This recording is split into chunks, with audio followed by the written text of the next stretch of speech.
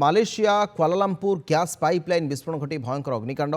पुत्रा Heights निकटरे Petronas नामक एक तैल कंपानीर पाइपलाइन अग्निकांड 20 महला उच्चक उठिला निआर शाखा अग्निकांड 140 अधिक आहत होती 150 गाड़ी सहित प्राय 200 घर क्षतिग्रस्त होती गैस संजोग बंद पर निआ नियंत्रण होता जमापड़ी आज सकाल 8टा समय लगी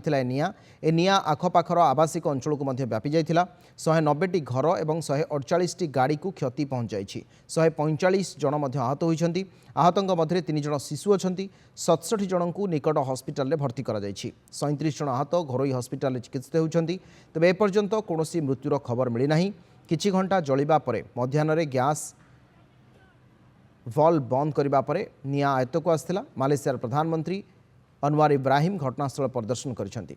विस्फोरण कारण अनुसंधान चली सठिक कारण एपर्यंत जमापड़ी ना विस्फोरण एक बड़ गर्त सृष्टि हुई आखपाखर झरका गुड़ी को भांगी देछि।